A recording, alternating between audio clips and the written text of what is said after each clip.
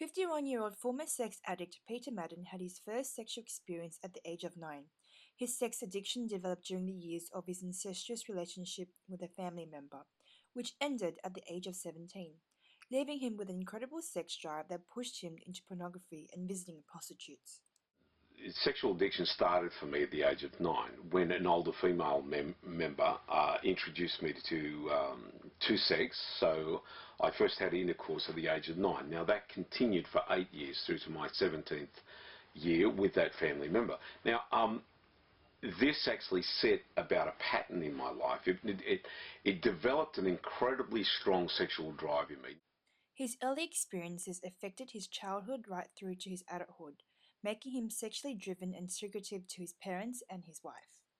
As I progressed through the years, and I was married at the age of 24 and then had children, and then it affected my marriage very deeply. I kept it hidden from my wife.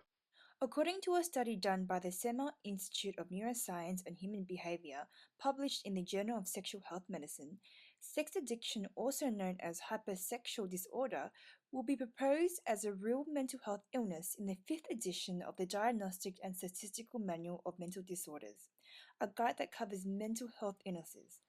Dr. Tanya Cohen at the Society of Australian Sexologists says that the diagnosis of sex addiction is dependent on how it's presented, whether it affects the individual's impairment or their relationships. Well, I think there is definitely a case where people are unable to control their urges and it's severely impacting their life where a diagnosis of sexual addiction is appropriate.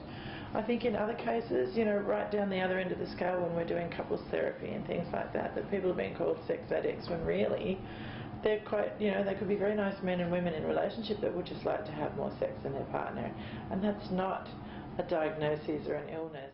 Dr. Heidi McConkey at Affirmative says that the term hypersexual disorder is the acknowledgement of sex addiction as a medical diagnosis. She says that sex addiction is similar to any other addiction.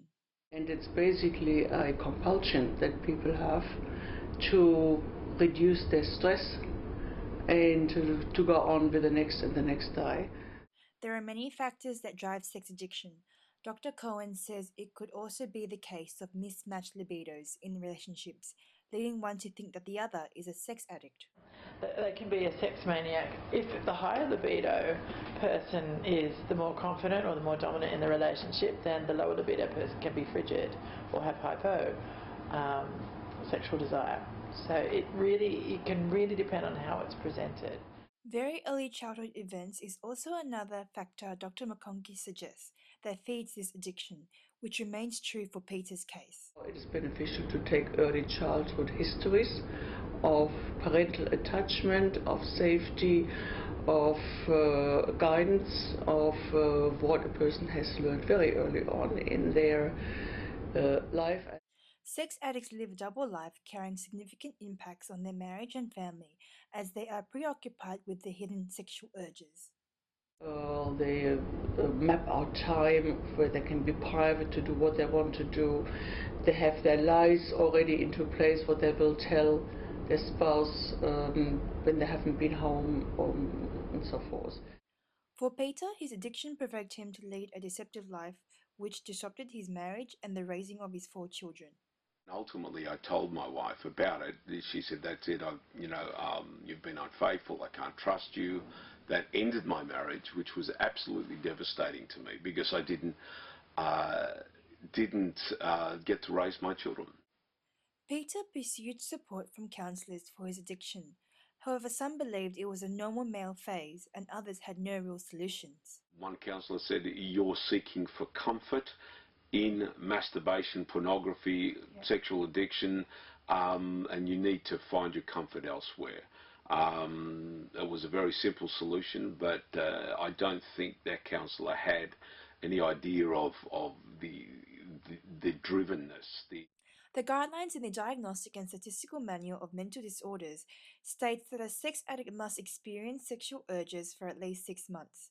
Dr. Cohen says that acting out behaviors, the stage before addiction, if extended over a period of time, can cause an impairment to the individual. I think all human beings have the propensity to act out or to do something else rather than sit with their bad week or the feeling that that's not very comfortable.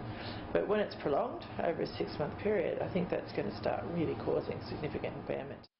Dr. McConkie describes the acting out behaviours involved in the addiction that fuels this double life. Some people go to the internet and watch porn and masturbate. Others go to the internet, into chat rooms, or others onto phone sex. Other people into brothels, and other people meet their partners, their affair partners. It was through Christianity that broke Peter's addiction, which also led him to become a pastor. Even in his ministry years, he was still driven by sexual lust, but he then came past that.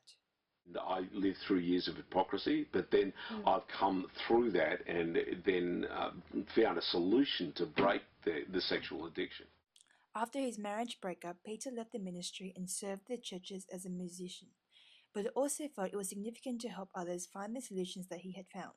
Now, he is happily married with his new wife and has no sex addiction remnants. I came through that period. I came through incredible pain, incredible physical attributes caused by the stress of that marriage breakup, physical sicknesses.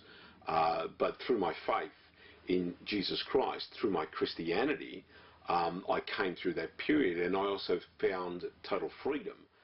Tina No, South of the Border News.